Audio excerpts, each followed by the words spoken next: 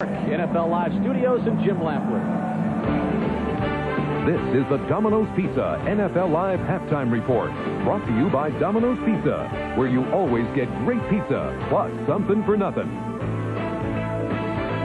We welcome those of you who are experiencing the vicarious chills of watching the game in Lambeau Field between the Raiders and the Pack. We'll warm you up now with a look at what's happening in the early part of the NFL day, beginning in equally cold Orchard Park, where the Buffalo Bills lead the New York Jets 13-7 at halftime in yet another frozen game. Game time temperature at Rich Stadium, 7 degrees, wind chill factor minus 33. The weather didn't deter the Bills on their first drive. Jim Kelly with a screen pass to the invaluable backup running back Kenneth Davis, who takes it 28 yards down to the Jets' 2-yard line. That sets up a controversial touchdown. Next play, Thurman Thomas will take the football in for what is ruled a touchdown.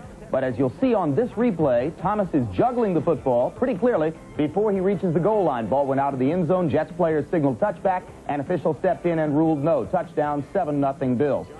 The Jets have had trouble scoring touchdowns of their own of late, but here this breaks a drought. Boomer Esiason hitting Johnny Johnson on a 24-yard scoring play. Boomer's first TD pass since November 14 against the Colts. That made it 7-7. Since that time, 2 field goals for the Bills make it 13-7. Both passers playing pretty well and completing a high percentage of their passes in that brutal cold. Well, I'll tell you, these guys don't feel the cold. I played in cold weather years ago, 1963, 64 in Chicago. Never even wore long johns or long underwear. I mean, you just don't feel it. Your adrenaline's pumping. These guys are playing for their lives right now. One guy's trying to get in the playoffs, which are the Jets. The other guy's trying to control their destiny by getting home field advantage. That's all they're thinking about. They're not worried about the cold, the fans, anything else. They're worried about playing the best football they can. That's all that's on their mind. You wore no long underwear in the 63 championship game against the Giants. We were very much macho men in those days. Not that you are now, of course. Meanwhile, in Soldier Field today, the Detroit Lions and the Chicago Bears, 2 of the teams in that 4-team brawl in the NFC Central, are in the third quarter already, with the Lions leading the Bears 10-7.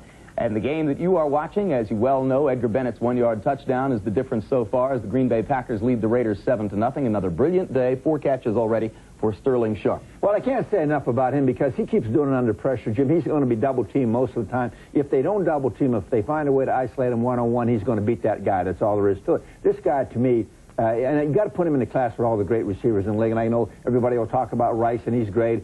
Michael Irvin, they're all great. This guy over here gets more double coverage than anybody I've seen because I coached against them. I know what we try to do. You try to take him out of the game plan, and he still beats you. Yeah, of all the great wideouts, he's the most macho one, right?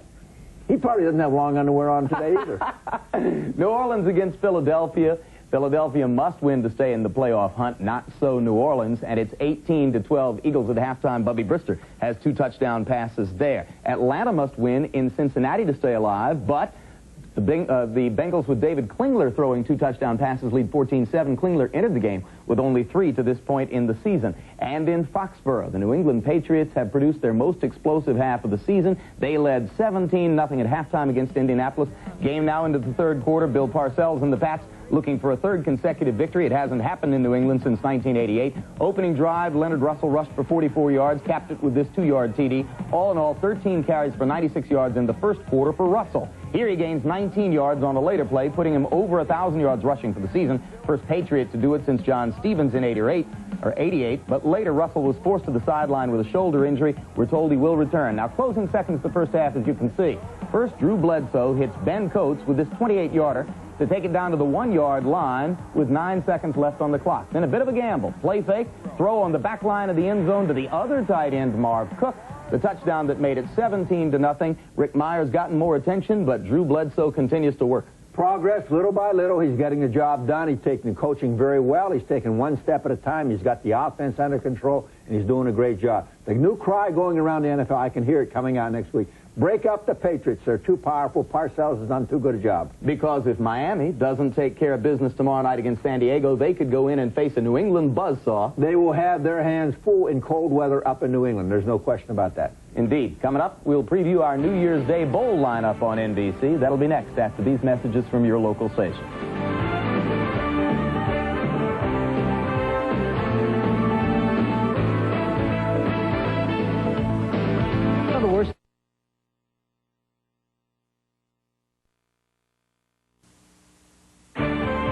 Is the Domino's Pizza NFL Live Halftime Report, brought to you by Domino's Pizza, where you always get great pizza, plus something for nothing.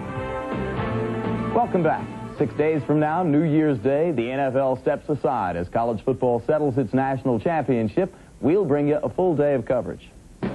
Championship Saturday begins on NBC at 1 p.m. with the Fiesta Bowl from Tempe, Arizona, number 10 Miami, number 16 Arizona. The Hurricanes, with 2 losses this season, are in the unfamiliar position of playing in a bowl game with no bearing on the national title. I'm looking forward to going up if it's in their hometown. We go to their practice field and play the damn game. I don't care. I'm ready to play these guys. You know, they're the only guys that have come close to jeopardizing our Orange Bowl streak. We take that, you know, serious. Next up at 4:30, the Cotton Bowl. 2 10-1 teams. Number 4 Notre Dame, number 7 Texas A&M, in a rematch of last season's game won by the Fighting Irish 28-3. Notre Dame was headed toward a national title game until last month's stunning upset by Boston College. Still, Lou Holtz says his team does have an outside shot at the championship. There's so many teams that have a chance to win the national championship. Let me campaign for all of them. If Nebraska wins due to the fact they're undefeated, then I think they have to be national champions. If they lose and West Virginia wins, then I think you have to look at West Virginia very, very strongly. If we're fortunate enough to beat A&M, and if Florida State and the University of Florida win, then I think we'd be very fortunate to be national champs based on the fact that we beat Florida State near the end of the season in a head-to-head competition. Finally, at 8 p.m., the Orange Bowl pits number 1 Florida State 11-1 against undefeated Nebraska. The Seminoles, led by Heisman Trophy winner Charlie Ward, finished the year ranked first in the nation in scoring offense and scoring defense. Nebraska coach Tom Osborne, in an underdog role, has a mailbox filled with suggestions and encouragement on how to beat Florida State and end a 6-game bowl losing streak. This one guy said here, he said, ask your grandparents about the headline, Dewey defeats Truman. And unfortunately, I can personally remember that headline. We simply have not won it. And so we'll be trying our best. But I guarantee you Nebraska will be also. Our Mike Ditka will be spending all of New Year's Day right here with Hannah Storm. And Mike, the mixed blessing for Bowden and Osborne is that one, only one, fulfills that personal crusade for a national title. Well, I love Lou Holtz, but I disagree. Nobody will win a national championship except Nebraska or Florida State. Whichever team wins the game will win it. I don't care what the score is. Now, Florida State's a 17-point favorite. Evidently, everybody thinks they're the number 1 team in the country, although they're number 2. So I can't figure out why I didn't put them number 1, but eventually they'll try to get them to number 1. Everybody wants Bobby Bowden to win. Nice guy, great coach. I like him to win, too. I happen to like the guy in Nebraska, Tom Osborne. Takes his team to the Orange Bowl every year, plays in the Big 8, which is a pretty good conference, and he does it the old-fashioned way by hammering you. Now, if he can hammer the ball a little bit on New Year's night, he's got a good chance. All right, let's hope for a close game. College football settling its national championship on New Year's Day. Stay with us now as NFL Live Halftime continues.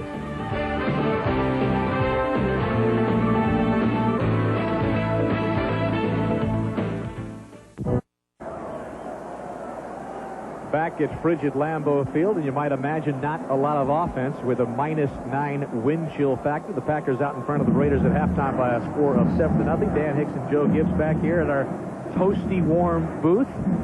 Sterling Sharp really provided the only offensive highlights of the first half. He came up with the historic 100th reception in the first quarter, becoming the first NFL player to ever post 2 100-catch seasons, and here it is. Yeah, it was really just a fade route. The Raiders chose to play man-to-man coverage, which they did. And in this case, he gets by him on the fade. Later on, they started playing a lot of zone, and he was catching balls with just a simple hook route in front of him. And later on, he came up with a big 17-yard reception, what set up the only touchdown of the game, and enabled the Packers to get on top 7-0. Well, we're getting a good look at his route here, but actually Brett Favre made this play. He had pressure up inside, scrambled outside. His athletic ability let him get outside, and he found Sterling on the outside out there. It's amazing. They know they're going to him with the ball, but this guy keeps catching balls. And Sterling Sharp, with those 4 catches, brings his season total to 103. So he's 5 away from tying the record he set last year, the all-time NFL record, and 6 away from a breaker. So we'll watch that as this game goes along. And a look at the first half Coors Light halftime stats. Joe? Well, I think really both offenses have been pretty much, under wraps. It's been hard for them to get anything going. And I think finally the Green Bay seems to get a real good drive going. They got a couple of good runs in there, made a couple of key plays. Favre scrambles out of the pocket. And I think that's the way this game's going to go. We're not going to have a big offensive production here by anybody. The defenses are dominating, and it's just who makes the key plays at the right time. I'd say that guy right there. Right now. He's got my vote for being player of the game. And if you don't know who it is, it's Reggie White. Covered up the number 92 and sporting the Joe Gibbs warm or cold weather mask underneath the helmet. I think he wears that a little better than I do. That's the XL version to get him, Reggie, wrapped away in one. And back deep to receive the kick from Jeff Jaeger is Corey Harris and Marcus Wilson. They stand back at the 4-yard line. 7-0 Green Bay at the end of the first half.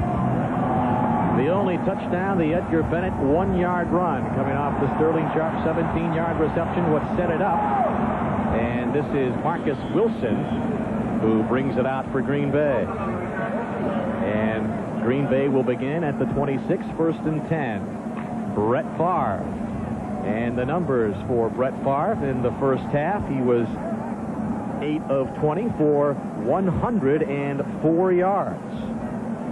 So Brett Favre has indeed gone over the 3,000-yard passing mark and has become the second Packer in history to post 2 3,000-yard passing seasons. Ball just across the 25, and on first down, Favre to the air, and he is looking for Ed West, who makes the reception. And West brings it all the way down to the 41-yard line. But they're going to mark him down much shorter than that at midfield. 24-yard gain by the veteran Ed West. This is a very tough throw to make. This is a seam route, right up the seam with the tight end. The quarterback's got to have good touch to get it up and over the line and get it down before the secondary has a chance to break on the ball. I tell you, that was a heck of a catch and a heck of a throw. Ed West, the former starter before the emergence of Jackie Harris. Jackie Harris hurting his knee for the second time last week. This is Daryl Thompson, who might have lost a yard, and we'll take our first time out of the second half and head to New York and Jim Lampley. Dan, here's a big event in Buffalo paying off the opening drive of the second half. Boomer Esiason on the back line of the end zone. He hits former Bill Chris Burkett with the touchdown that puts the Jets in front of the Bills. 14-13 in the third. Back to Dan and Joe. All right, Jim, not quite as much offense here at Lambeau Field. Opening moments of the third quarter. Green Bay with a 7-0 lead over Los Angeles. And the Packers, the ball squarely at midfield for them. 2nd down and 10. That is Sterling and Sharp in motion to the near side, and he catches the quick hitter from Favre and picks up the first down. He is inside the 40 of the Raiders. And a scuffle is broken out at the 30-yard line. I tell you, the Raiders were involved in a number of scuffles last week in Los Angeles in their game against Tampa Bay when they were penalized some 12 times for over 100 yards. This is an example of just going in motion right here and really just getting to find a little hole in zone coverage again. We talked to Art Shell about his team, and he said, listen, we've got to keep our composure. We can't get caught up in fights. And that's what's been happening with the Raiders, a lot of penalties. And he said, hey, what I've been preaching is, hey, look, keep your composure, don't hurt the team. And he's exactly right. You can't afford to sacrifice 15 yards, you know, and put your team in bad field position. 5th reception of the game for Sterling Sharp on the left side. This is Daryl Thompson. And getting back to Sterling Sharp, that is his 104th catch of the season. So now 4 away from tying the 108 reception mark he set last week, or last year, I should say. And now just 5 away from breaking it. There is the historic number set last year, and Sterling Sharp continues to add to his sparkling resume. In his 6th year out of South Carolina, the former #1 pick back in '88. 2nd down and 6. Play action, Favre rolling to his right, and this time Mark Chimera, the tight end, very close to the first down. In fact, he may have picked it up. Needed to get inside the 30 to about the 29. Got inside the 30, but not quite enough. And you see Favre here, he's telling everybody, hey, let's go. A great drive right here. Starts off with that little seam route. They pump the ball a couple of times running it, then a little bootleg. This is a great job of play selection right here. Mike Holmgren is doing a heck of a job calling plays, and he's got a good drive going right now. And that is the very first catch for Mark Chimera of the season, the two-time All-American. This comes off of the run that Green Bay just went with. See the little play-action fake? This is the rage in the league right here. A little bootleg pass. The tight end actually blocks down as if he's trying to block and then slips out on the backside. And Favre does a good job with the fake. Chimera in his second year at Boston College, the 6th-round pick, picking up some extra playing time with Jackie Harris out of the lineup. He, along with Ed West, are the two tops for Green Bay. This is Edgar Bennett going right, and Bennett will get to about the 27. And that'll bring up second down as we roll through more of the scores. The Jets, we just showed you the highlights of their 14-13 lead there. Detroit continuing to hang on to the 10-7 lead over the Chicago Bears at Soldier Field. And Philadelphia leading New Orleans 18-12. New Orleans, another one of those teams which the Packers are watching closely today. And we get a good close-up of some of the Raiders' shoes. You see the different selections that people are going with on the frozen turf today. Second down and 8. Edgar Bennett. And Bennett down to the 23. That'll bring up third down. Joe Kelly, the second leading tackler for Los Angeles, made the stop. You realize that Green Bay really... they don't have an advantage as far as players and cold weather and all that, but I think they do have an advantage in equipment. That's what I was trying to say, Dan. And the shoes, the gloves that they wear, I mean, they're just used to being in this kind of weather. That was a heck of a defensive play there because it was a pretty good hole there. I thought for a second we were going to have a big gainer. But I think that's where the advantage comes for Green Bay. They're used to being in this. I think their selection of shoes, gloves, they just have the equipment to be able to operate with. It doesn't matter how good of an athlete you are if you can't stand up and you're slipping and sliding on the turf. Green Bay takes its first time out of the second half. They lead it 7-0. What do you do when The NFL on NBC is brought to you by the new Chevy S-Series line of trucks. So new from the inside out, everything else is history. By Energizer brand batteries. Nothing outlasts the Energizer. They keep going and going and going. By Pringles. So fresh, once you pop, you can't stop. And by Keystone. Keystone Light and Keystone Dry. Bottled beer taste in a can. Wouldn't that be great? 10:04 left in the third quarter. The Green Bay Packers blew a chance to clinch a playoff spot last week when they lost to Minnesota 21-17 at County Stadium. And here at Lambeau Field, they have pretty good field position. Brett Favre completes to Sterling Sharp. Can he get in? Yes! Touchdown! Sterling Sharp!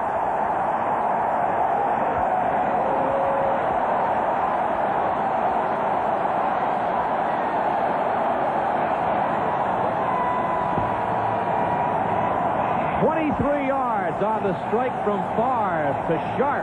Touchdown number 11 on the season for Sharp. I tell you, that was a well-designed play. Sharp, watch him come in motion down here and form a little bunch. See three receivers all together, and then he explodes right back to the outside.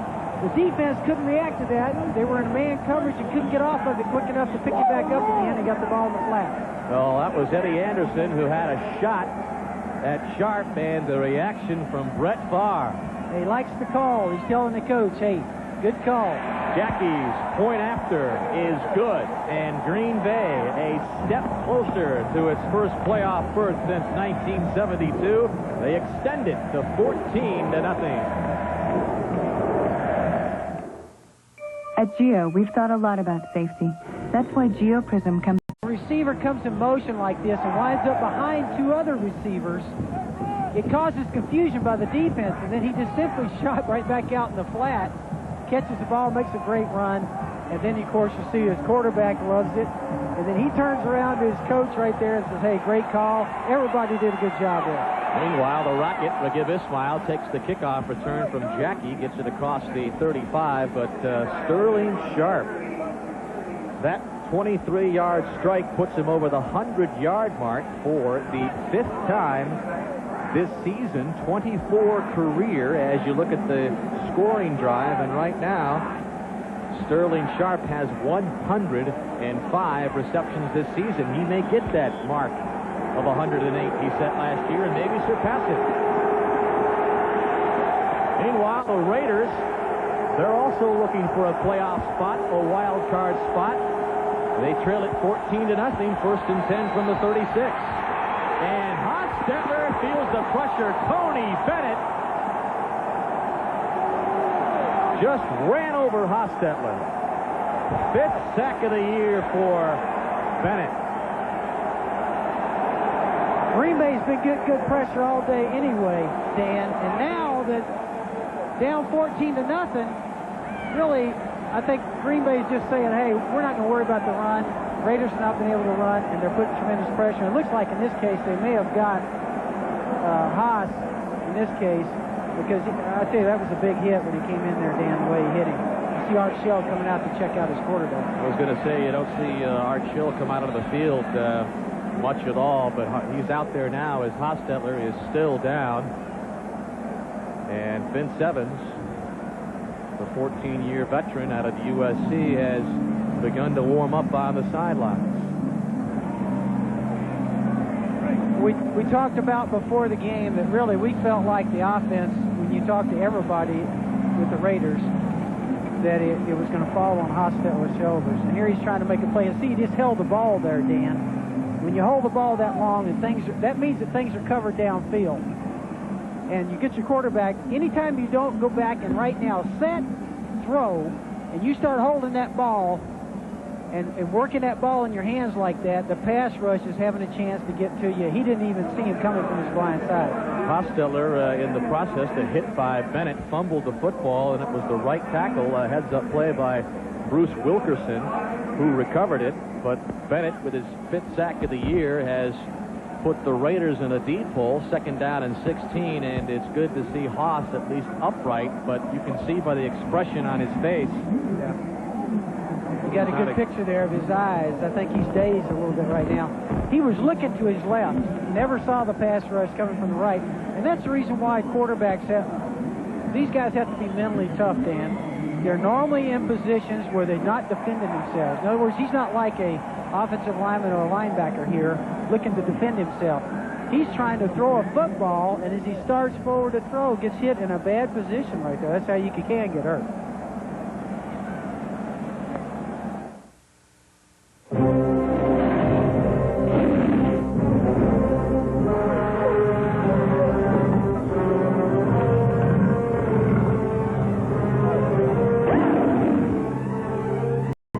January 4th. The good news for the Raiders is that quarterback Jeff Hostetler has made his way off the field, and now Vince Evans, the 38-year-old former 6th-round draft pick of the Chicago Bears back in 1977, will take over for the Raiders in 9 below-degree wind chill factor weather. This is his 8th appearance of the season. He's appeared in 8 games for Los Angeles, but a tall order here. The Raiders down 14-0, but he completes his first pass, and it's to Randy Jordan, the free agent out of North Carolina, and Jordan burns off a huge gain, and he's all the way down inside the 40, down to the 37. There's 2 kinds of plays you like to use to take off the pressure on the pass rush, Dan. One is the draw. The second one is a screen, and that's exactly that's a good call here for the Raiders. They come out knowing that the Packers are going to be pass rushing. Let them come, drop the ball off on a screen. That's going to cause Green Bay now to have to want to play, hey, more cautious, peel an end off, or play some kind of man-to-man coverage. Vince Evans comes off a cold bench, and on his first play from scrimmage, gets the 33-yard connection to Randy Jordan. Just Jordan's 2nd reception of the season. Evans standing in there, and this time he'll go down. Reggie White.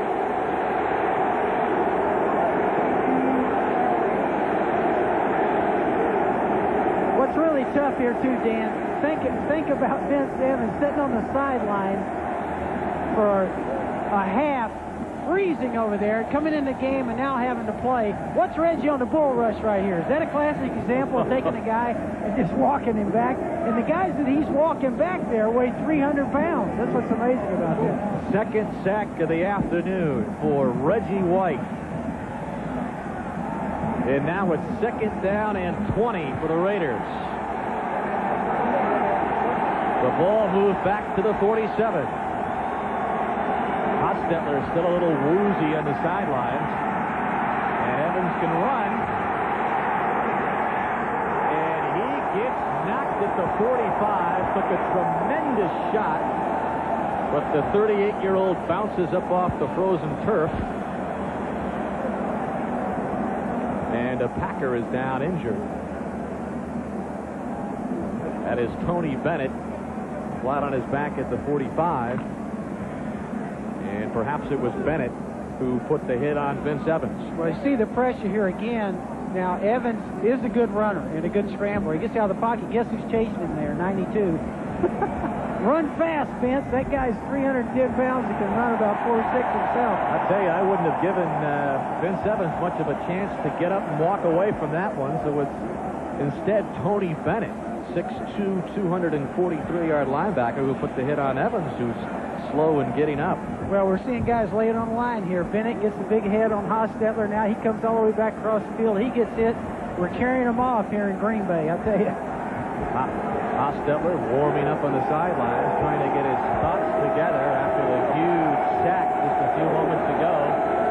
4th sack of the afternoon, and Hostetler has had a rough afternoon in frozen weather at Lambeau Field. 7:35 left, 3rd down and 17 for the Raiders. Evans flushed again, and he's looking for James Jett, and it's incomplete. Great play by Vince Evans. I got to tell you, Dan, he got out of the pocket right there, scrambled all the way out to the outside and made a great throw on the run, and actually has the ball in Jett's hands. Look at the pressure here. You see White coming from this side this time. A good job by Vince Evans stepping up and eluding the rush there on Reggie White and making a great throw on the run. I believe the penalty on Vince Evans was that he threw the ball across the line of scrimmage. Los Angeles, 5 yards, lost the down. Indeed, that is the call. They lose the down. The penalty of 5 yards, so that brings up 4th and 17.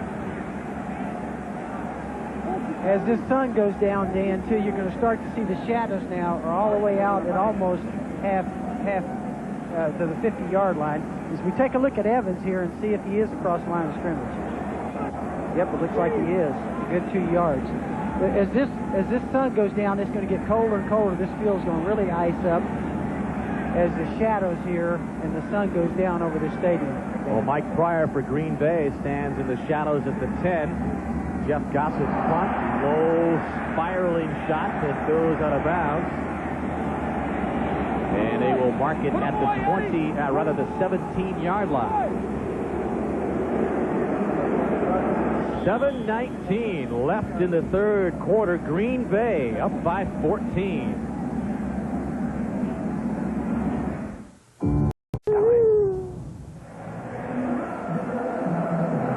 Back at Lambeau Field, Dan Hicks along with Joe Gibbs, and we've watched for the last several moments Jeff Gossett, the Raider punter, extremely upset on the sidelines. Exactly what he's upset about, we're really not sure. An update from Soldier Field, the Lions and Bears tied at 13. Detroit, along with Green Bay, one of all the teams in the NFC Central, Joe, that still have a shot at the NFC Central crown. Amazing that 4 teams and all the records are so mediocre. It is. You know, when we talk to the coaches, too, like Mike Holmgren and Art Shell, when you talk to them, I can tell you what a coach's mindset is, and that is, look, we got to win 2 games. That's when I asked Mike Holmgren, I says, how do you feel about where you are in the season? He says, we got to win 2 games. That's all you got. That's the only way we're looking at it. Same thing with Art Shell, and that's exactly what's happening in Detroit and Minnesota.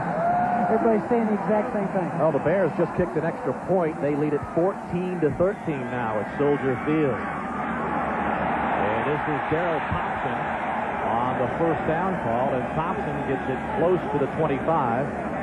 Ed West, the tight end, with a nice block, which enabled Thompson to get outside. As we continue to look at some of the other scores, Jets on top of Buffalo. There is the Bear update in the fourth quarter. The Lions tied atop the NFC Central at 8-6 to start the day, and Philadelphia moving beyond New Orleans now 24-19, and that's also one of the games that is significant. If the Packers can win today and a loss or tie for the Saints, Green Bay would be in the playoffs. Second down and 3. This is Thompson again left side, and he'll get across the 25. And let's head back to our NFL Live studios. Visit once again with Jim Lampley. And take a look at that Patriot juggernaut, Dan. This touchdown by Leonard Russell in the third quarter in New England gives the Patriots a 31-0 lead, the most points they've scored in 22 games. They're gunning for their third straight victory, and we remind you, this is the 93 Patriots, not the 66 Packers, Dan. Thanks for clarifying that, Jim Lampley.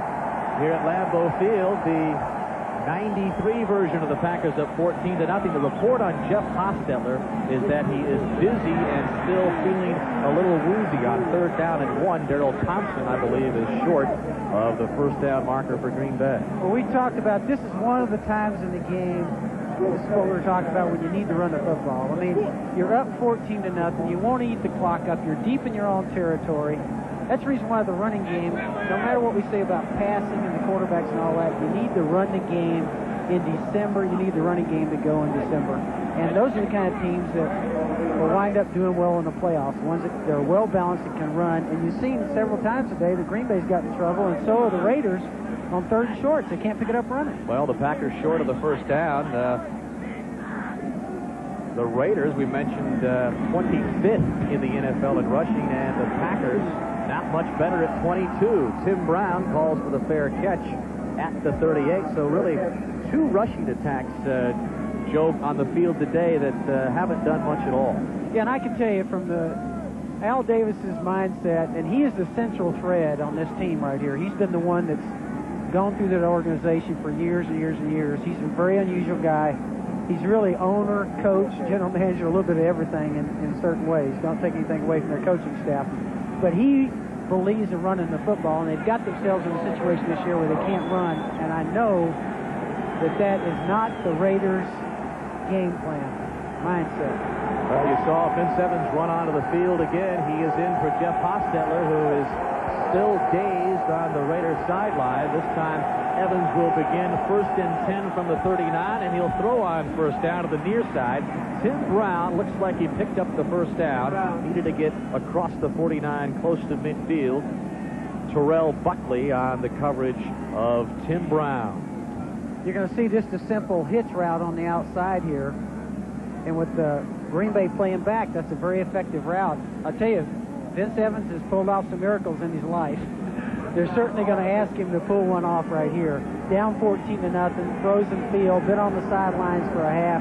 This is tough coming in and operating the quarterback right here. This will be a monumental task for Vince Evans. Raiders have the first down, close to midfield. Evans complete, and this is James Jett, and he's got another Raider first down. This time it's down to the Packer 37. Okay, this is that little stop route that we've been talking about all day. When you play off the way the Green Bay is right here, a very effective route is just down the field and then hook behind the linebacker, and you see him slide on behind the linebackers. We see both teams use that route. It's very effective on zone coverage. And Green Bay here's playing fairly cautious right now. They've got a 14-point lead. They're probably going to jump back up, play a little man coverage to take some of those things away from the Raiders. 12-yard pickup for Jett. Evans pressured this time, just throwing it downfield in the vicinity of Tim Brown. But Buckley thought he had an interception and made a valiant effort to pick it off, but it is incomplete. That was a great effort. What a try by Buckley. It sure was. He looked like a receiver right here. Who's the receiver here? Buckley looks like he's played it before. comes down and the ball's right in his hands, but at the end there, he looked like a DB. And Buckley, who was the #1 pick last year out of Florida State, caught a little bit of heat this week. He gave up 2 touchdowns to the Vikings' Chris Carter last week. But he was with Tim Brown step for step right there, the all-time interception leader for the Seminoles. 2nd down and 10, and this is Napoleon McCallum. And McCallum inside the 30, down to about the 28, close to another first down before he's brought down by Leroy Butler. I tell you, Napoleon has given them a spark a couple of times on the few times that they have made some yards. I tell you what, I think I might leave him in there and start feeding him the ball, see if he can get something going here on the ground, too. I think Vince Evans is playing extremely well so far. I'd leave Napoleon in there and let him carry that thing a little bit. Well, Nick Bell has come on in the backfield for the Raiders. Evans 3 for 4 for 57 yards in relief of Hostetler. 3rd down and 2, or call it a long one. Evans trying to run for the first down, but he'll be sacked, and Tony Bennett picks it up. 2nd of the game, his 6th of the season. Okay, big decision right here now. It's 4th down. What do you do if you're Art Shell right here? You're down 14 points, 2:59 in the 3rd, and you're looking at about a 4th down, 3 or 4. This is why I'm glad I'm up here. And Art Shell is down there. If you were down there. He's freezing and got to make decisions like this. If you were down there, what do you do? I think right here you got to go for it. And that's exactly what the Raiders are doing. 4th down and 3. Steve Smith is the lone setback, but he'll try to protect for Vince Evans. Lofting it up for James Jett. Incomplete. Sammy Walker, the coverage on Jett, and Green Bay will take over on downs with 2 minutes and 31 seconds left in the 3rd. Hey, a guts call here, Dan. Green Bay came up and they went all for nothing. They went with the blitz right there. I'm really surprised at that, and did a heck of a job with it. As we see Green Bay come to the line of scrimmage, watch the 2 linebackers here on the blitz along with the 5 interior rushers. I'm surprised to see that at this point. I tell you, that was a guts call on Green Bay, because they could have given up a quick touchdown right there if Vince Evans hits this. It wasn't that far away. Gutsy call by Green Bay. You got to know when to hold them and when to fold them. That was a good call by the defensive coaches there, taking a chance, made it pay off. Green Bay has sacked the Raider quarterbacks already 6 times today. Favre rolling to his right, and unable to make the reception at the 45 was Ed West. So that'll bring up 2nd down and 10 for Green Bay. 2:26 left in the 3rd. Green Bay up 14-0. I think what you'd like to do here is run the football. And I think the other thing that the running game gives you, Dan, is you don't have the incompletions like we saw right there and stop that clock. I mean, when you got that ball run and you're rushing with it, the clock continues to run, and that's what Green Bay would like to have happen right now. Eat that clock away. I know it seems like forever for Mike Holmes, but this 3rd quarter's gone on forever. 2nd down and 10. This is Thompson trying to turn the corner on the far side. He'll get up to the 32. The update on injured quarterback Jeff Hostetler, a concussion, and he will continue to be evaluated. In the meantime, Vince Evans has taken over for him. So we'll see if it's left up to Vince Evans for the remainder of this game to try to get the Raiders a crucial win here. Art Shell needs a win here. It's not that they're out of it if they lose today, but their 6-5 conference record really puts them in jeopardy if they drop one of their last 2 games.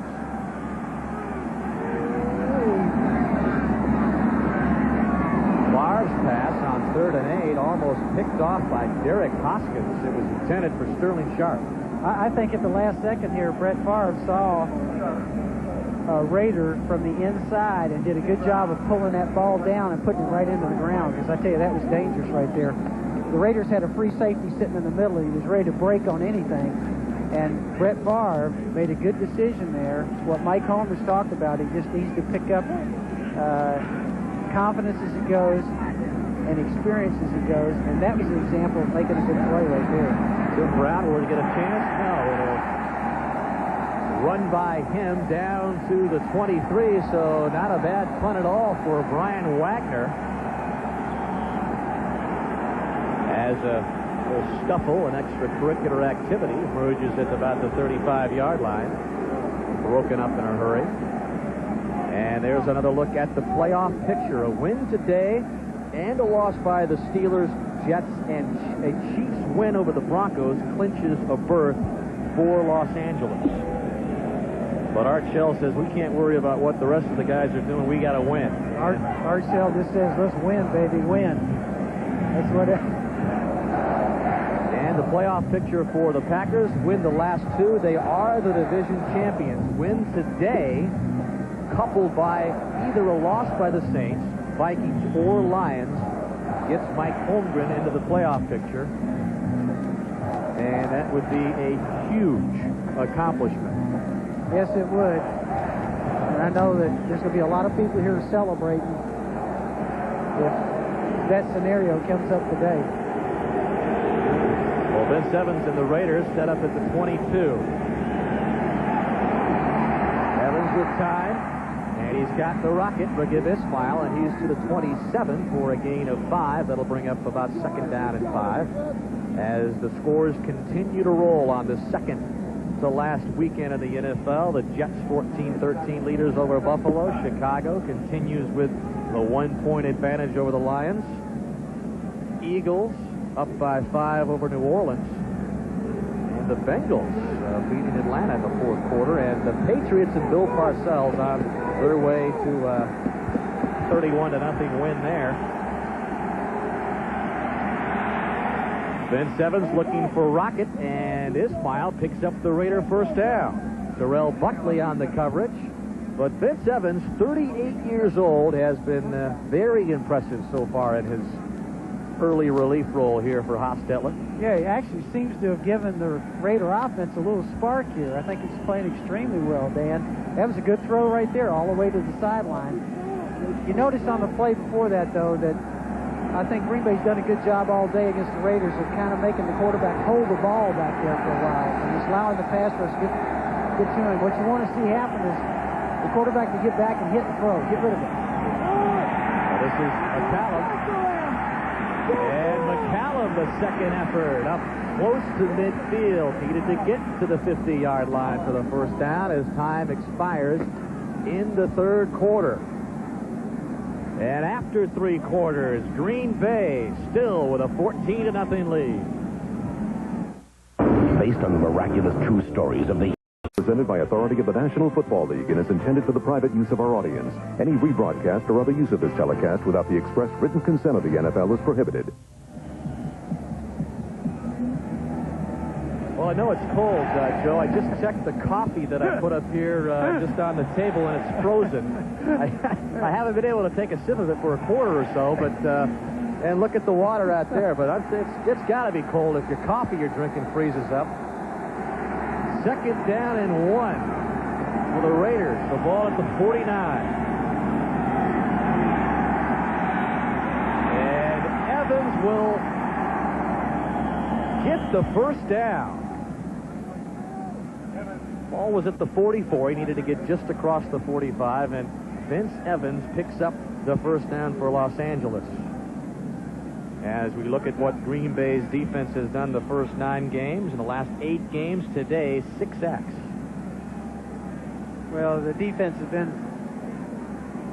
had a heck of a day, and particularly pressuring the Raider quarterbacks. Both defenses have played well, and the pass rush has been good on both sides. And this update from Soldier Field, Detroit has taken a 20-14 lead over the Bears.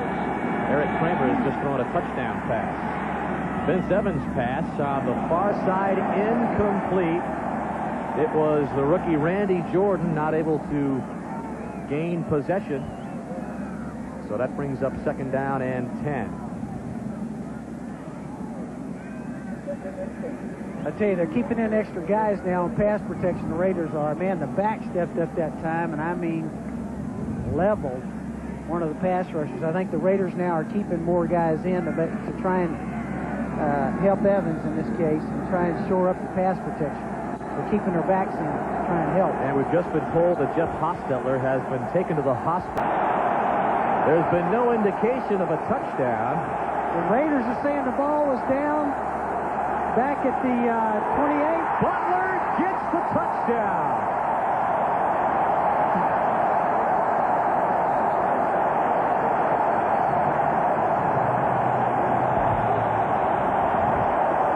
How about that? I don't think Art Shell believes it. I think the ball was taken away from the back right at the line of scrimmage. It's hard to understand exactly what did happen. The ball came loose and we're laying flat on his back on the ground. What a play by Reggie White. The presence of mind to lateral it back to Butler.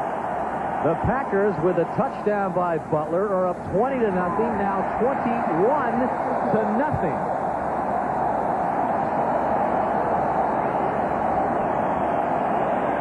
13:57 left.